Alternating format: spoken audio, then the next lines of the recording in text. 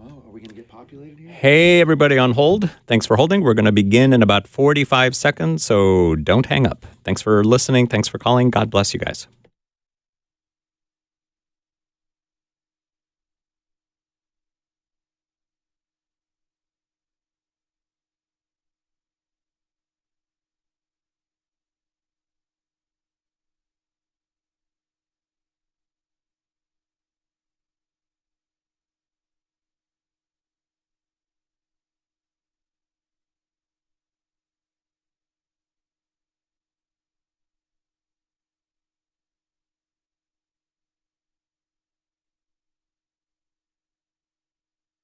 Is it okay for Christians to read other religious holy books? Where America is in Bible prophecy. Women becoming pastors and Anointing homes and praying over homes. why would God have people tormented and burned for eternity? What happened or where Jesus went after he died? What is your opinion of what the Bible say?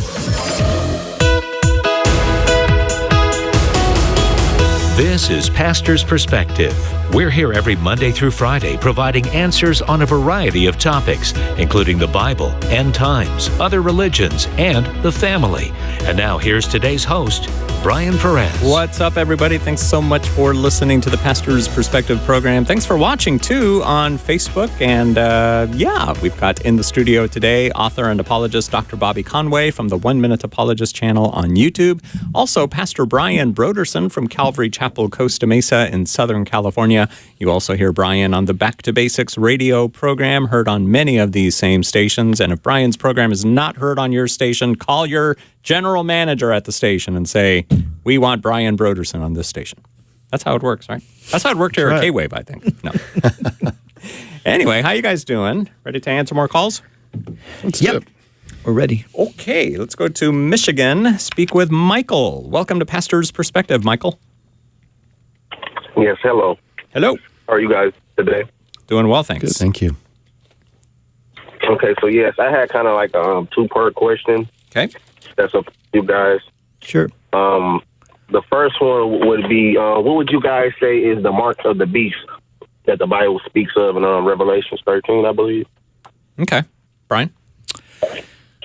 Well, Michael, there's been a lot of speculation about just what that is, and I don't think anybody really knows. I mean, it is a mark, and Revelation 13, like you said, refers to it, and it's a mark that is received, at some point in time, implemented by the false prophet for an indicator of submission to the person that we commonly call the Antichrist, and it's a mark on the right hand or the forehead. So, some have thought it's an implanted chip under the skin, some kind of a barcode type of a thing. The book of Revelation tells us it's a number of a man, 666. But what it actually is going to be, I don't think anybody knows currently. And I would imagine when it happens, probably people will go, wow, I never thought that was it. Mm-hmm. So, yeah, it's just one of those things we don't know. Some have even said it might be this new COVID vaccine that might be coming out. Well, some are saying that, yeah. I mean, people are pretty freaked out. You got two groups of people, right? You got people that are so excited about the vaccine and can't wait to get it. And then you got other people saying, over my dead body, I'm never going to get it. It's because some people have actually said that you're going to be able to trace people everywhere with it. And some have even indicated that this is the mark of the beast, which it is not the mark of the beast, because the mark of the beast doesn't come until a very specific point in history, and it's something that is brought into existence by the forces of the Antichrist himself, not by, the Dr. Fauci and his group. All right. And what's question number 2, Michael?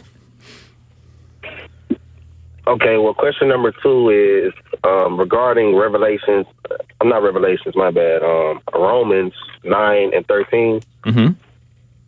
Regarding, where it said that for Jacob I loved, but Esau I hated. Who would be the current descendant of Esau, or does God really hate Esau? Okay, Bobby? the way that we are to take this is not like I literally hate Esau. For example, Jacob would have been commanded to love Esau. Well, how would Jacob love his brother? Or, Esau's parents would have, been called to love Esau. Well, how would they have loved him? When we love people, God is love, and we derive that love for others from God, whether we recognize that's where it comes from or not. And so it would be interesting to be commanded to love Esau, but then God hates Esau. Well, if we need to draw on love for Esau and God hates Esau, it seems like we're in a little bit of a quandary. Nevertheless, the real point would be something like, Jacob I chose and Esau I didn't. Jacob is chosen and Esau is not. So, for example, like Jesus said, if anyone is going to follow me, he must hate his mother and his brothers and his sisters. So obviously we're not to hate our mother, and we're to honor our mother, and we're to honor our father. In fact, that's part of the 10 Commandments. So if we press it too hard, you'll end up thinking that God literally hates Esau. And there are people that have done that. I used to be a 5-point Calvinist, and I know many Calvinists would be very comfortable with that position. I shouldn't say comfortable, but they'll take that position. Not all Calvinists would do that, but some would. And I would say, I do like the statement that was once said, and I think it was Charles Spurgeon, but I don't want to be quoted on that, where it's this whole idea like, man, we all scratch our head and go, how in the world could God hate Esau? But the real question was, how could God love Jacob? I mean, Jacob's a deceiver. I mean, how is it that he loved Jacob? And so I think sometimes we feel entitled to God's love, and that was kind of the point of that statement that I'm bringing up, if it's Spurgeon. And I think that we should all recognize and be humbled by his love for us. So chosen, not chosen is the way to understand that. And when it talks about hating your mother and brothers and sisters, whatever, our love for Jesus to be so fully devout that our commitment to him, everything else in this world looks like hate compared to our absolute devotion to him. Now, that's not literal hate. It's just we got to have our devotions rightly ordered. Yeah. Brian, anything to add? I would just add that Paul is quoting, is it quote from Malachi? Where was that? Yes. Yeah, is Malachi 1, verses 2 and 3. Okay, yeah. Yeah, so Paul's quoting from Malachi, and if you notice what he says there, Jacob have I loved, Esau have I hated, and I've laid his hills waste. So God is not even talking about the individuals. He's talking about the nations that proceeded from him. So Jacob, of course, is Israel, and the nation of Israel proceeded from him. Esau would be Edom, the Edomites. And so it's, again, it's talking about their descendants many centuries after they lived. And as you see, many centuries after they lived, the Edomites were people who lived in hostility to the Israelites and to the God of Israel. And of course, Israel lived in, submission to God. So it's not individuals that are being spoken of, but it's these nations that had already formed their position regarding God at the time. Yeah, and even that corporate take is kind of, it helps you when you're reading about election and stuff in Romans chapter 9 as well, that This is corporate election. Yeah. It's not like this individual election, and that just opened my eyes when I took that stance as well. Yeah, absolutely. Michael, what do you think? I'm sorry. I was driving, I'm glad he brought up Malachi, because that's exactly where I was going to question next. Because when I read it myself, I was under the understanding of maybe he was just saying he chose Jacob, he didn't. Mm-hmm. And also in a few scriptures earlier, I believe verse 11 in Romans, it said not due to works, but due to election or something along those lines. Yeah. So that made me see that it's not saying based off of what they done. Neither one of them quit said for the children having not being yet born. Yeah.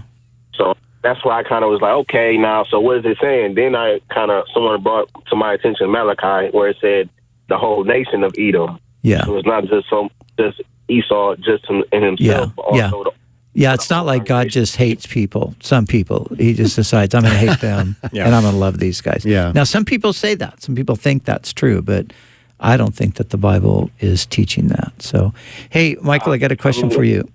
You're in Detroit, is that right? Are you in Detroit? Yes, I'm in Detroit. How are you hearing us? Are you listening online or? On YouTube, I seen the live stream, like I would guess it was called. Okay, because you said you were driving, so I didn't know if you were listening to like an actual radio station or... Yeah, no, I'm on the live stream. I have YouTube Premium, so I'm able to listen into the background while I'm driving. So great. I was just able to kind of copy the number and call in. How did you find out about our program? I was actually just watching a few videos on Romans, and then it said you guys came up in my recommended as a live stream. So I figured I'd just call in. That's great. Well, cool. Glad you called in. Very cool. Yeah, We're here sure. every day, Monday through Friday, 3 p.m. Pacific time. On Thursdays, we're here for an extra hour. So thanks for calling in. We hope to hear from you again soon. That's awesome. Yep, 888-56... never mind, I'm not going to give the phone number out because this program is playing on the radio on a day when we're not live, so you can't call in. Caught us on the YouTube. Yes. I know, right? That's Pretty cool. Yeah, the YouTube. Yeah. The YouTube. Yeah. Bobby, you're on the YouTube. I am. He owns YouTube. Yeah, right. Yeah, that's Tell ya. something else to check out, Michael, is Bobby's 1 Minute Apologist channel on YouTube. Yeah, we've got about 1,200 videos now. Wow. So we've just been putting out a bunch of content. So for sure, check it out. Very, very cool.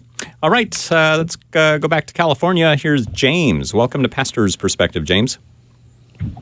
Hello, guys. How you doing? Doing well, thanks. What's up? So I had my sister gave me a hypothetical question. My sister, she is gay, and she said like if I would be able to like participate in her wedding if she ever got married. Mm-hmm. It took like a couple of days, and I was praying on it, and I know what the Bible says about being a marriage between one man and one woman. Mm-hmm. And so I talked to her a couple of days later, and I had told her that, and I actually gave her my entire testimony on how I got saved. Mm-hmm. And with all that, I told her that I wouldn't be able to be a part of it. Mm-hmm. And then, things have changed. And then I talked to my dad, and he asked if he understands that I couldn't be a part of it, but would I be able to be in the audience? Mm-hmm. So that's what you're wondering, if you gave the right response to your sister and to your dad. Bobby, what would you say first? This is not as black and white, I think, as some Christians would make it appear. It's possible to completely hold your Christian convictions that marriage is between a man and a woman, as it seems like you would acknowledge, James, and then also recognize that I've got this relationship that I'm trying to steward, and in your case, a sibling. I do think that it would be a different scenario if you're a part of the wedding, like you're going to officiate it or something like that. From the audience standpoint, I think that if you were to say something like you already have, like, look, this is what I believe that the Bible teaches, but I still love you as a person. And I think that some people will say, well, if you're sitting in the audience, and I used to say this too, like, oh, you in the audience means that you support the wedding that's happening right now. Well, I don't know that it's always the case. And just remove the homosexual piece. I mean, there's heterosexual people that are getting married sometimes that a mom or a dad don't necessarily, or a sibling, don't really feel the best about, and they don't support it, but they love their sibling, or they love their daughter, or they love their son. And so I think as long as a Christian voices their thoughts so that they don't lead the person to think that they think it's okay and that God endorses this, but I'm there because I love you and I care about the relationship. I think that could be maybe one way that you can preserve the relationship, yet you haven't compromised your convictions. So some would say, oh, just because you've compromised your convictions. Well, if we really want to be consistent and run that across the board, then we need to walk out of a lot of places that we go in life. I mean, let's be honest. I mean, like, excuse me, what are we watching? What are we seeing? Where are we going?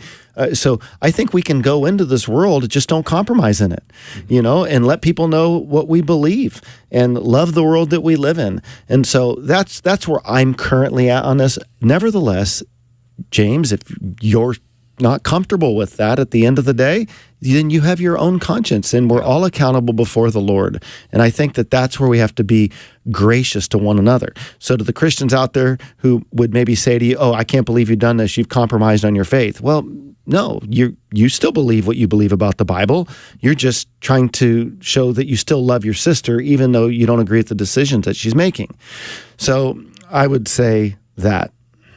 Brian, did you want to say anything else?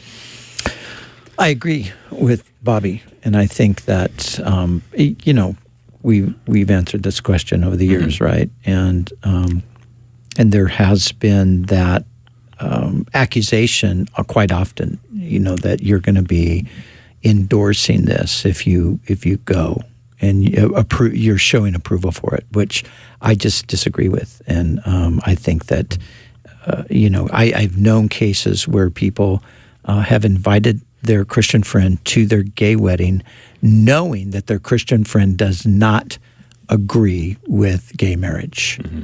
And the Christian friend has felt compelled to go. So everything's clear. I'm not coming here because I agree with what you're doing. I'm coming here because I love you and I'm your friend, and I'm looking for the long haul, I want to be in your life. And so I think I think that's very possible that would be the right direction. Now, not everybody is going to be able to do that or feel good about that. And that's why I think we need to have enough grace to just say, well, if I have a conviction that I can't do that, that's fine. But I can't impose my conviction on somebody else and say, because I can't do it, you can't do it either. That's the thing that you have to leave between the person and the Lord. I remember we had a caller about this recently. Like you said, this is one of our FAQs, frequently asked questions, and our caller said that she felt like she couldn't say congratulations. Mm-hmm. She's going to go to the wedding. She's not going to say congratulations. Mm-hmm. She might say best wishes because she wishes that the two people will come to know Christ and come to a saving knowledge. But yeah. All right, James, thanks for your phone call on Pastor's Perspective. Let's go to Georgia. Here is Rhonda. Welcome to the program, Rhonda. Thank you. Just listening to that last comment, if you don't mind, if I could just throw this out there real quick. Jesus went into the den of iniquities and stuff to testify and to try to bring the lost people to, God, to be saved. So if we don't get out there to them, they may never know that. Amen, so Rhonda. Not that you're condoning it. Sorry. Amen. Yeah, that's right. We're with you. Yeah. My question is, when we die and we're all in heaven with Jesus, are we all going to be the same age or the age when we die? What do you guys think? Bobby? Well, Rhonda, it sounds like, are you from Southern California? No. Hey, we love that Southern accent. My wife's from Arkansas, and what I loved so much is like, when we started dating, I would say hi, and she'd say ha, and I'd say bye, and she'd say ba, and I'd say why, and she'd say why, and anyway, we spent about 20 years in the South, and my wife's in North Carolina right now. She had to go get her fix, and I'll be there this weekend, and so. A shout out to you in the South, and it's just refreshing to hear your Southern accent. It reminds me of just a bunch of people that I love in the South, that's for sure. Now, when we get to heaven, will we all be the same age? I think we're not all going to look like if you die as an infant, you're not going to look like an infant. I've heard Pastor Brian mention, Adam and Eve, when they were created, they were 0, but how old would they have looked? Well, they would have looked like, adults, right? And so if I was guessing, we probably... Well, hopefully we'll look at our best stage of our earthly existence in a glorified way. But if I'm guessing, probably that 30-year range, but I mean, I speculate. We'll be adult-like. And then as far as age goes, we'll all have the same date that we were born with, right? So on an interesting way, like my grandpa, he'll always be able to pull out the card that he's older than me, right? Like he could say that in heaven, like he's older than me because he was born before me, right? Because I began to exist. Only one never began to exist. That's God. He's a non-contingent being. He's a necessary being. Everything else is a contingent being, and that includes me. So my existence began March 4th, 1973. I'm going to exist forever, but I don't think we'll have birthdays and stuff like that. So I think the real question is just how old are we going to look, and I think we'll just look mature. George, Rhonda, does that help you?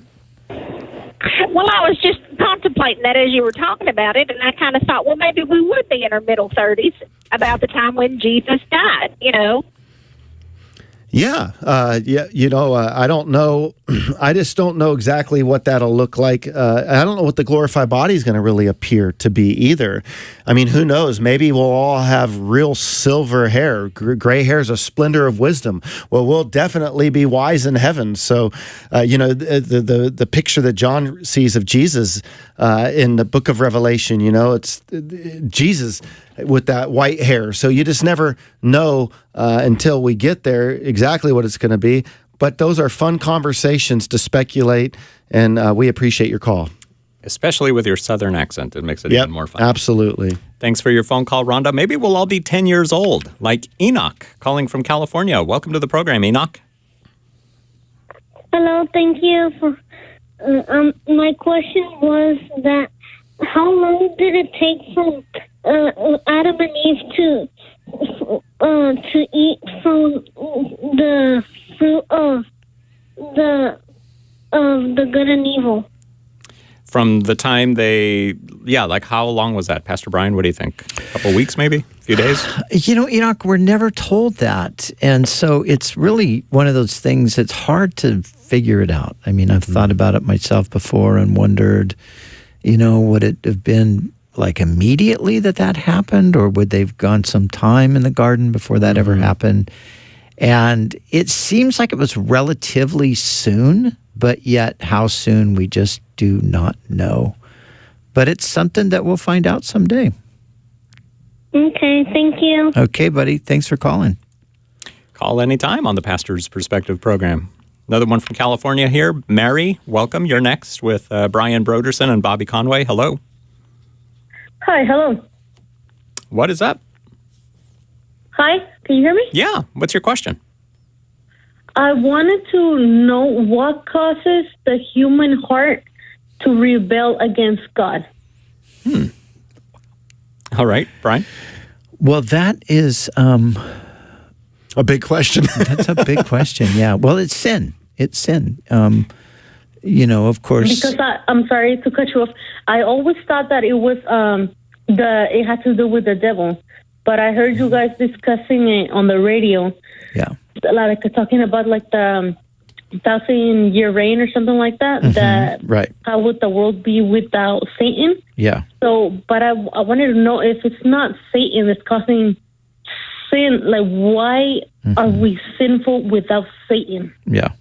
Well, so you have to go back to the very beginning. So God creates human beings, Adam and Eve, and they are sinless at the time. They don't have sin, but he gives the command that you can eat from, you're not to eat from this tree that's in the midst of the garden, the tree of the knowledge of good and evil.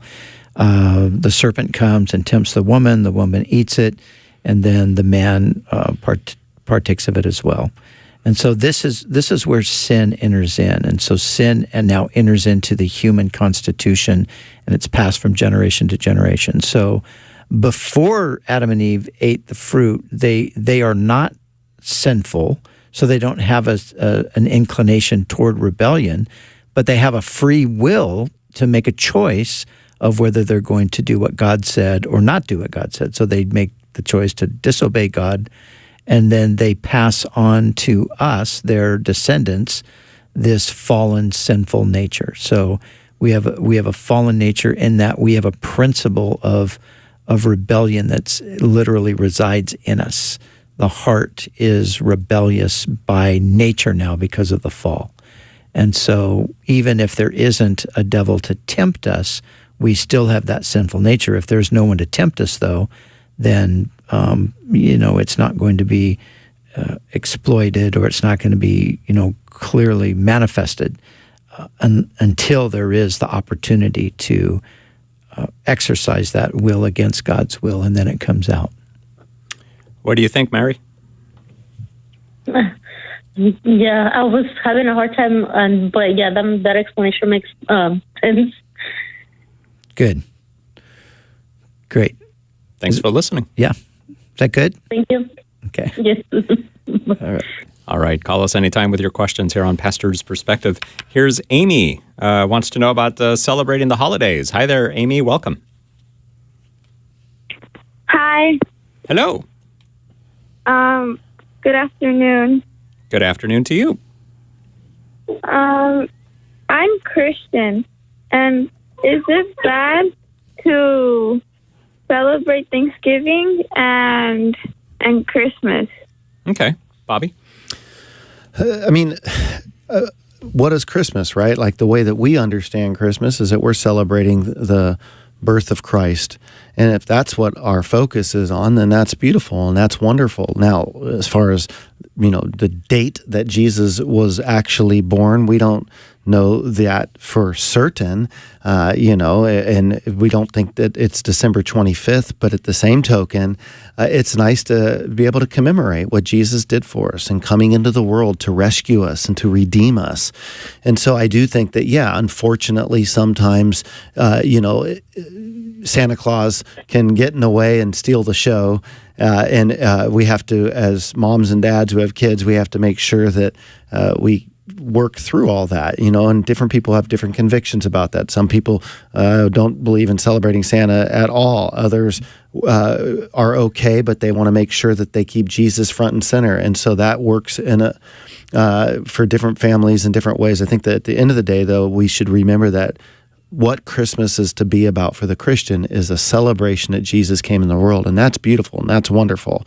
I would say, as it relates to Thanksgiving, I'm thankful for the Pilgrims. I'm thankful for this nation that we have. I don't like, some of the checkered origin that we have with, what happened to the Native Americans. I don't like, some of the slavery that took place in the early part of our country and really went on for quite some time.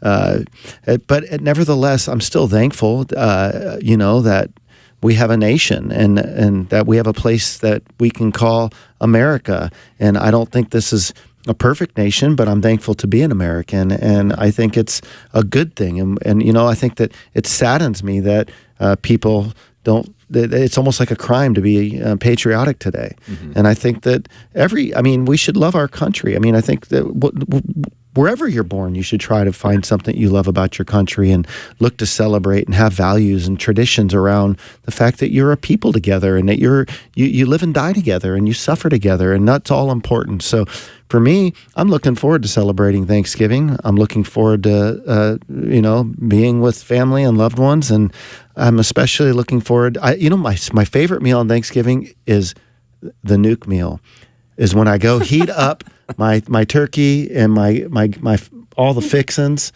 I love just putting that in the microwave. I love round two. Mm-hmm. There's just something about round two. And, I tend to have to repent of gluttony on Thanksgiving because I do go all out. Now, is your lovely bride going to be making this sugar-free cheesecake for Thanksgiving, or are you going to throw some real sugar in there? No, I think we're going to be sugar-free. Yeah, I think that we will be sugar-free. Yeah. But she does make a good one. And the thing about Thanksgiving, too, is we should have an attitude of Thanksgiving every day, not just one day a year. Yes. Yep. Eucharisto, to give thanks. Mm-hmm. Does that help you, Amy? Yes, thank you for answering my question. Stay. You bet. Thanks for God calling bless, us Amy. on Pastor's Perspective. Got some more phone calls coming up in just a little bit. In case you just tuned in, we're called Pastor's Perspective. We're here every weekday afternoon at this time, and you guys call in with your questions, and we do our very best to answer them. Our usual panel of pastors is in the studio today. It's Pastor Brian Broderson from Calvary Chapel, Costa Mesa in Southern California, and author and apologist Dr. Bobby Conway from the 1 Minute Apologist channel on YouTube. We're going to take a little break, and then we'll be back with more of your questions. Susan, you'll be next. Travis, you're on hold as well. We'll get to you. Maybe we'll get to some Facebook questions as well. But thanks so much for listening to Pastor's Perspective. We'll be back.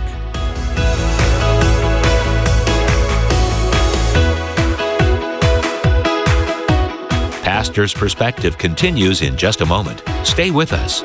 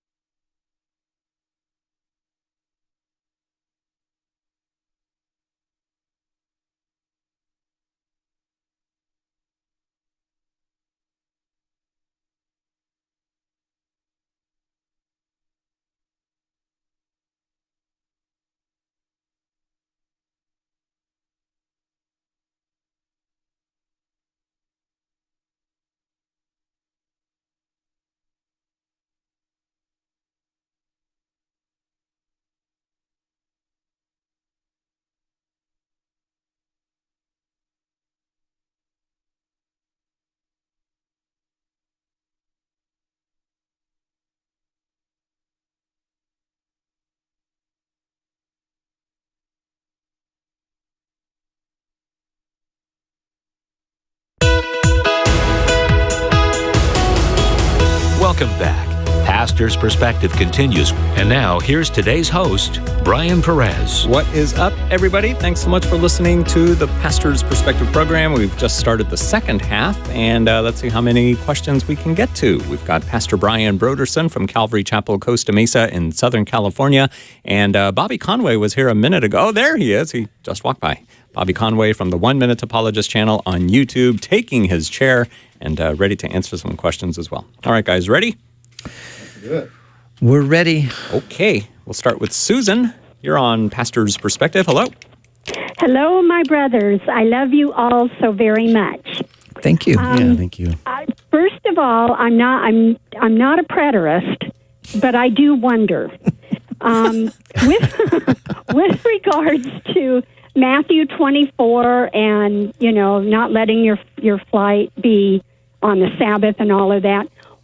Wasn't Jesus talking about the 70 A.D. on a lot of these things? And like there's one place also where he said, God is not the God of the dead, but of the living. And yet in Romans 14, it says, for to this end Christ both died and rose and revived, that he might be Lord both of the dead and living. So my question then is if since 70 AD did happen, and all those 7 churches, Ephesus and Laodicea and all them, literally are not there anymore, though we can, look at them from our point of view, all that. Anyway, where are we? And yet I know, it's like 1948 changed a lot of things, but it doesn't answer the question. Mm-hmm. Where are we? Where are we? Did all that make sense? Sure, yeah. Mm-hmm. And it sounds like you've been studying and doing your homework, so that's great. I think that it is true that whether it's Matthew 24 or Mark 13 or Luke 21, also Luke 17 has a little bit of the prophetic scenario for the last days in it. I think that you have to understand that there's two things being blended together there. Yes, of course, it would have had reference to 70 AD. Jesus is sitting there; they're marveling at the size of the glory of the temple, the size of the stones, and all that. Jesus says, "Not one stone will be left upon another that will not be thrown down." That literally happened in 70 AD. But just like if you go back to Isaiah and you read about the destruction of Jerusalem by Nebuchadnezzar, you could see a foreshadowing of 70 AD, and you can see a foreshadowing of the future final judgment upon a temple as well. So I think we have to understand that, yes, it was partially, it was fulfilled in one sense in 70 AD. But then if you look at Matthew 24, for example, there are things that just did not take place. So we have, all the things that occurred that we know occurred historically in 70 AD. But then if you just from that point, where pray that your flight will not take place in the winter or on the Sabbath. And then verse 21 says, "For then there will be great distress, unequaled from the beginning of the world until now, and never to be equaled again." So you can't say that about 70 AD.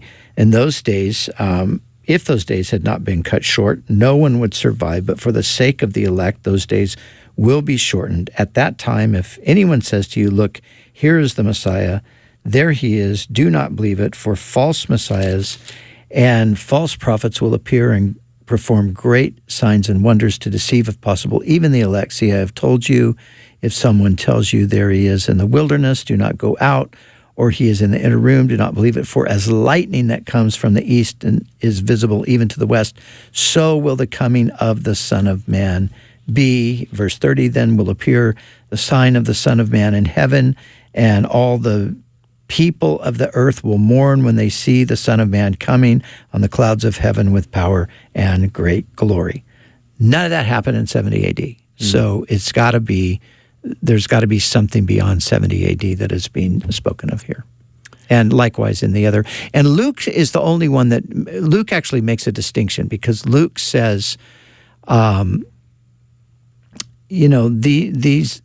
these things are happening that it might be fulfilled, and then where it talks about the speaking of Israel, that they're going to be led captive into all nations, and when you see Jerusalem surrounded with armies, these are the days of vengeance, is what it says, and this is a time when they're going to be led captivity into all nations, and will be captive until they say, "Blessed is he who comes in the name of the Lord," and so forth. So all of that to say, I think you have two things blended together. You have 70 AD, yes, but you also have the final judgment that's going to come. Where are we in relation to that? Well, there is no temple in Jerusalem today, so obviously it's not going to happen next week, but there's plenty of efforts to see a temple reestablished. There's all kinds of politics that would be involved in that. But there's a group of Jewish people in the land that are working toward that are preparing for that are believing that day is going to come. And I think they're right. I think it will come, but it just not yet.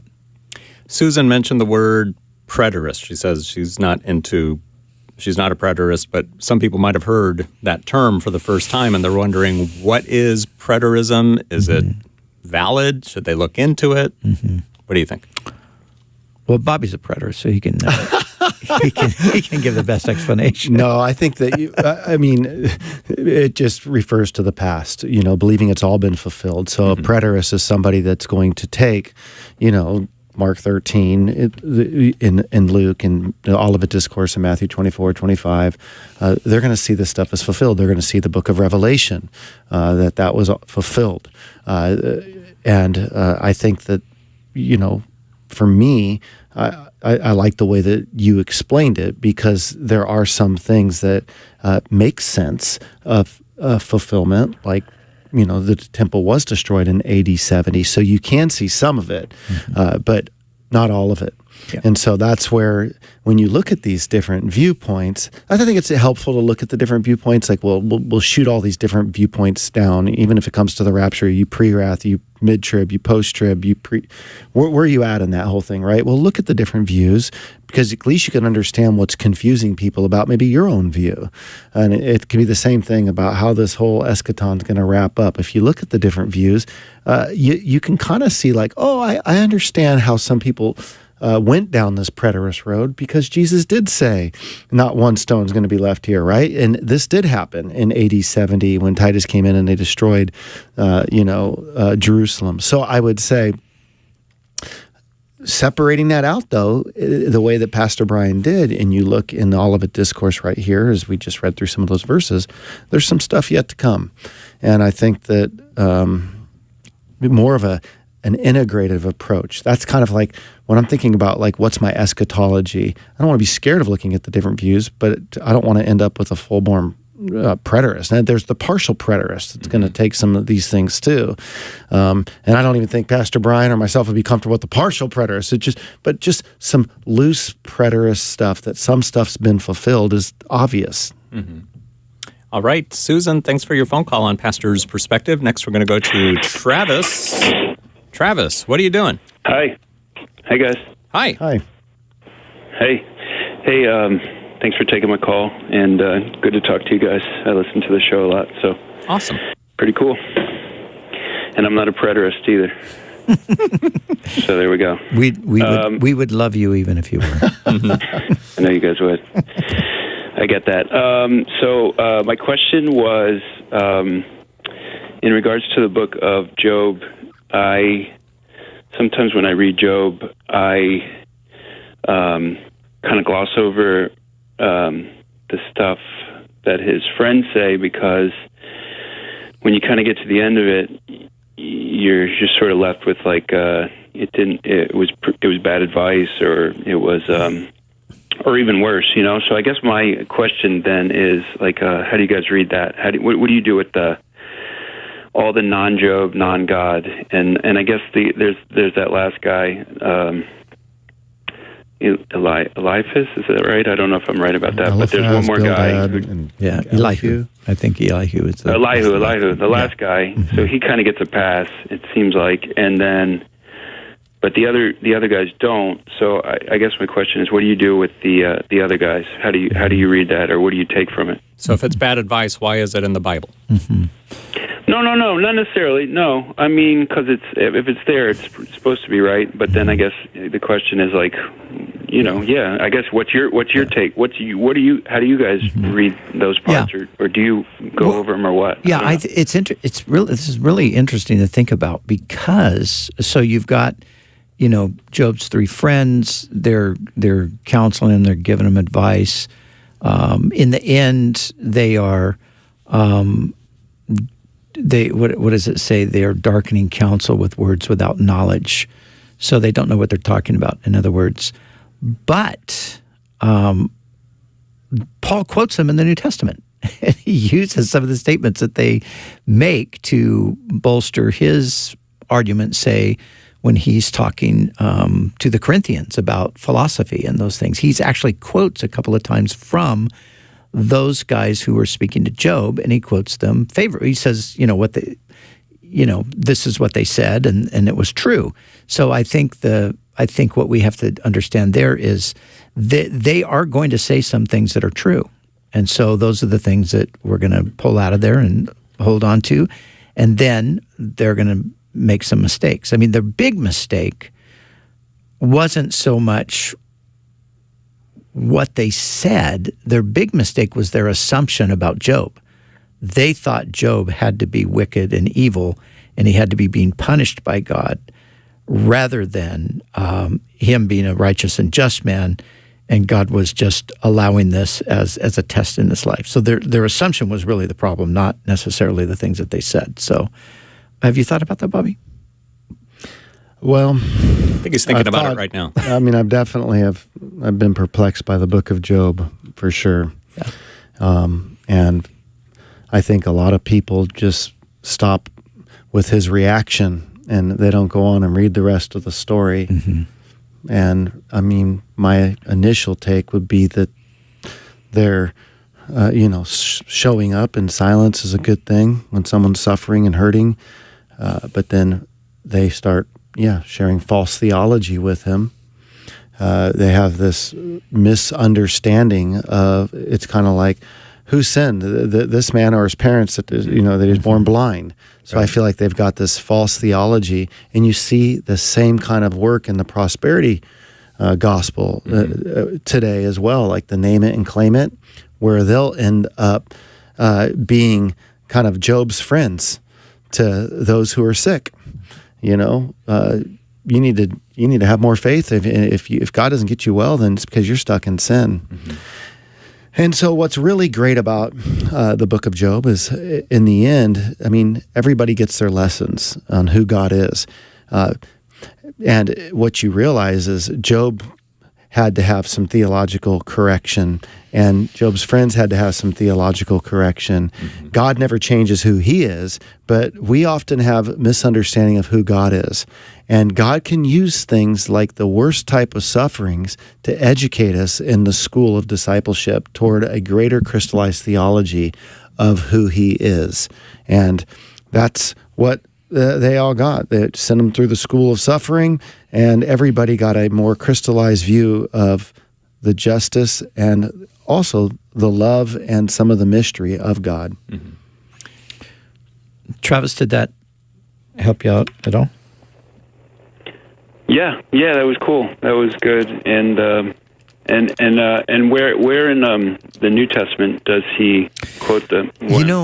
When Paul is speaking to the Corinthians, I think it's maybe the second or third chapter, where he says he catches the wise, or the what does he say? He catches the wisdom of. He brings to nothing the wisdom of the wise, and something the foolish. I can't think of the exact wording right now. But those passages right there, I think there's twice in what Paul says to the Corinthians in 2 and 3. Twice he's quoting from Job. All right, Travis, thanks for your phone call today on Pastor's Perspective. Let's go to Vegas. Here's Kim. Welcome to the program, Kim. You're on with Brian Broderson and Bobby Conway. Hello. Thank you, pastors, for taking my call. I really appreciate it. I'll make it fast because I know time is winding down. I was calling to ask, I have a younger sister. She's a new believer. She just got saved. She ordered a Bible. So she's in that, early stages of her Christian walk. And she expressed to me that she's apprehensive to express to people or even to call herself a Christian, because she knows that her lifestyle is not exemplary to that of as she would consider a perfect Christian. So I explained to her there isn't a such thing as a perfect Christian. Like, we all sin and we all fall short, and that's why we have God's grace to give us the forgiveness that we need. But she was saying, I still have a boyfriend, and I feel like, all those things, I'm supposed to get rid of all those things before I can really be considered a real Christian. What's the best approach for me to talk with her about sharing her faith, or even truly considering herself a Christian, because she doesn't feel like she's good enough, quote unquote, based off of her lifestyle? And her lifestyle, meaning that she has a boyfriend? Yes. Yeah, she still has a boyfriend, and she was saying, like, she feels as though, the perfect saved people, like, they don't have boyfriends, or they don't have specific types of friends. Like, they disassociate themselves from friends, and she isn't at that point, but you can tell she has the desire. and the fervor to get to know the Lord and to read the Word and all of those things. So I don't want to discourage her and say, well, of course, you have to be perfect to consider yourself a Christian, but then she doesn't want to be, I guess, a bad witness. Right. Maybe that's the point she was coming from. So I don't. Okay. Brian, what do you tell Kim? First, is it wrong for Kim's sister to have a boyfriend? No. Boyfriends are okay. I mean, if she's having intimate relationships with her boyfriend, then that is something that needs to be, God needs to help her out of that. She needs to recognize that that's not something that you do as a Christian. But, I mean, it sounds like she's thinking that until she's perfected or something, she doesn't want to say anything or doesn't feel like she should say anything about her Christian faith because she's not the perfect Christian. Is that what is going on with her? Kim? Based off of our conversation, yes, that's what I believe that she believes. Okay. That she has to be a perfect Christian to be called or to profess that she is a Christian. Yeah. Well, Christian just means, really, to simplify, it just means a follower of Christ. And if we understand the Bible, we're going to understand that no follower of Christ is perfect. So Christ is the only perfect person. And we're all following him. We are all attempting to, by his grace and through his power, to live for him. And yet we're going to be far from perfect most of the time. So maybe she needs to just understand that her righteousness is not based on her, it's based on her trusting in Jesus. And being a Christian is not being a perfect person, although we're striving for perfection, we're looking to grow into the image of Christ. But being a Christian is putting faith and trust in Christ, because a Christian is a person who says, I'm a sinner and I can't save myself. I need a Savior. And so, people misunderstand what Christians are. People think that Christians are supposed to be perfect people, and that is just not the biblical picture of a Christian. Not to say that we're to just be living in sin and, hey, I'm a Christian, it doesn't matter how I live. No, that's not it. Of course, we're striving to live the way Christ called us to live. But we're not less of a Christian because we haven't attained that yet. We are a Christian not because we attain a certain moral standard. We're a Christian because we trusted in Jesus. So maybe she just needs to have a little bit of a better understanding of what it means that she's become a Christian. Mm-hmm. And it's possible that the Holy Spirit is potentially convicting her, not knowing the situation, but there could be a virtuousness to this if indeed she recognizes, I have some surrendering to do here, and when I go public, I want to be able to, really be the real deal, and there could be some apprehension around that. Like, I know when I first got saved and I was a Christian, I was wanting to tell my friends about Jesus, and I was doing it, but I was still getting completely smashed and inebriated and being promiscuous, and yet torn because I'm this new believer. And I found myself as I starting to get more concerned, that's where I share about how I take the cross, and I started eventually tucking it under my shirt instead of wearing it on the outside of my shirt, because I knew I was going to go out and get wasted that night. So maybe the Lord's inviting her into, like, everything that Pastor Brian said, I would resonate with it. Yes, we have to understand the gospel. We don't have to be perfect to be used by the Lord, but we are going to be more effective as a witness if we're walking in repentance and we're walking with God and we're trying to model the way that he wants to live. And another thing, statistically speaking, which is unfortunate today, stats show that some of the younger millennials and stuff, many of them feel like it's morally wrong to share the gospel because they have been brought up and they've been raised on, all truth is relative. And so you can't have your own specific truth, because that would be like an exclusivism, and that's not tolerated in today's culture. And so it could be that there needs to be some discipleship on that. Have you been influenced by the relativistic culture that says you aren't able to have your belief in an exclusive truth like Christianity? And as a result, is that creating you is that creating some consternation in you to share the gospel? So at the end of the day, we're all called to share the gospel, and none of us are going to be perfect in doing it. But if we're going to have a greater impact and a greater witness, it's going to be because we are seeking to be what I would call fifth gospel Christians, that our life is being good news to a dark world. I do like her heart because she's, I know Christians who won't even put a Christian bumper sticker on the back of their car because they're like, no, if I cut somebody off, then somebody's going to say, look, typical Christian. Look how they drive. So, wanting to get to that point of perfection, but it's never going to happen. Yeah. Right. No, but this does help. This helps tremendously. And I'll have a conversation on both ends of her understanding what it means to be a Christian, and just I'll allow God to just take his place and for him to do the work in her that he's beginning, and prayerfully just in time her heart develops the way God sees fit for it to develop towards him and for her testimony. Definitely. Yeah. Great. Kim, thanks for calling. Yep. Let's try to squeeze in one more. Rakhab, hope I'm saying that right, in Georgia, Atlanta. Hello. Thank you for calling. Yeah. What's up, panel of I had a question about the book. I had a question about the book of Jeremiah, the 30th chapter. Yeah. And the 16th verse, if y'all could. But all who devour you will be devoured. All your enemies will go into exile. Those who plunder you will be plundered. All who make spoil of you, I will despoil. Pastor Brian, we've only got about a minute left. What would you tell Rakhab? Well, in the context, God is explaining to Israel, the problem. Of course, the Lord says, your wound is incurable, your injury beyond healing. There is no one to plead your cause, no remedy for your sore, no healing for you. So these, God's sending his people into captivity. That's the context of Jeremiah here. But he is also declaring that he will judge those who mistreat and abuse them when they go into their captivity. So that's verse 16. All who devour you will be devoured. All your enemies will go into exile. And so Babylon would judge Israel, and Babylon then would also be judged.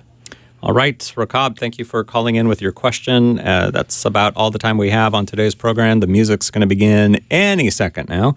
Okay,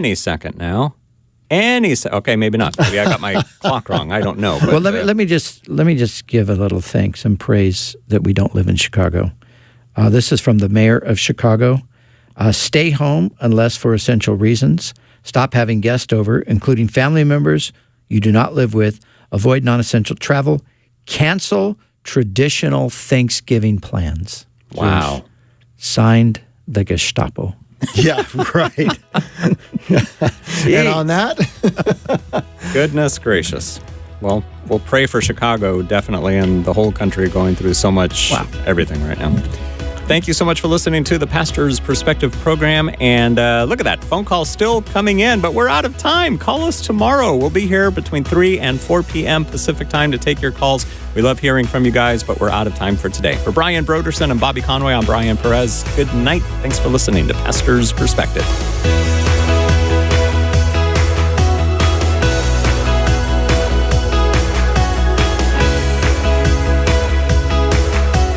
Thanks for listening to Pastor's Perspective. We trust you've been blessed and had your question answered. Join us Monday through Friday and follow us on Facebook at facebook.com/Pastor's Perspective. The preceding was sponsored by Calvary Chapel, Costa Mesa, California.